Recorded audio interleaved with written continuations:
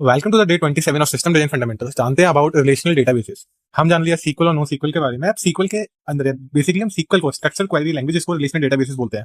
ये databases basically एक table के फॉर्मेट में होते हैं, जैसे कि रोज एंड कॉलम्स, और जैसे हमारा एक्सेल होता है उसकी तरह स्टोर होता है। हमारे पास एक एप्लीकेशन लेयर है, जैसे मोबाइल ऐप, वेब ऐप, कोई भी सर्विस हम यूज कर रहे हैं, इधर हम सीक्वल क्वेरीज को रन करते हैं। सीक्वल क्वेरी यानी कि from this database import extract this value. ठीक है। अब जो रिलेशनल डेटाबेस इंजन होता है वो क्वेरी को पार्स करता है, एग्जीक्यूट करता है और स्टोरेज में दिखता है। अब हमारा स्टोरेज क्या है, वो टेबल की तरह है। जैसे कि हमारे पास यूजर थे, यूजर में कॉलम है या उनके फीचर है यूजर आईडी, नेम, ईमेल। तो यूजर आईडी 1 है, उसका नेम एलिस है और उसकी ईमेल x.com है। तो ये यूजर है। और एक प्राइमरी की होती है, वो यूनिक की होती है, यानी हर यूजर की एक ही आईडी होगी। Okay, now we come to the orders. ये एक सेकंड टेबल है। इधर है फीचर्स हमारे ऑर्डर आईडी जो प्राइमरी की है इस टेबल की, लेकिन क्योंकि हम यूज करेंगे यूजर आईडी जो किसी और टेबल की प्राइमरी की है, इधर ऐसा फॉरेन की यूज की जाएगी, and the product ID and the amount. Okay, again we have table product, जो प्रोडक्ट आईडी यहाँ पे प्राइमरी की है, जो यहाँ पर फॉरेन की थी, एंड उसका प्राइस। इस तरीके से हम लोग टेबल्स बना लेते हैं।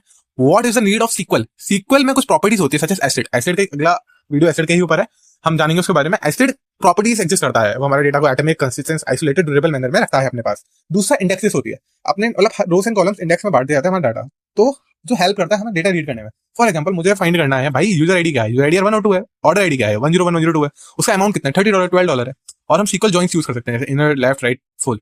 तो दो टेबल से डेटा एक्सट्रैक्ट करने के लिए। This is all about relational databases. For such content follow @codewiler।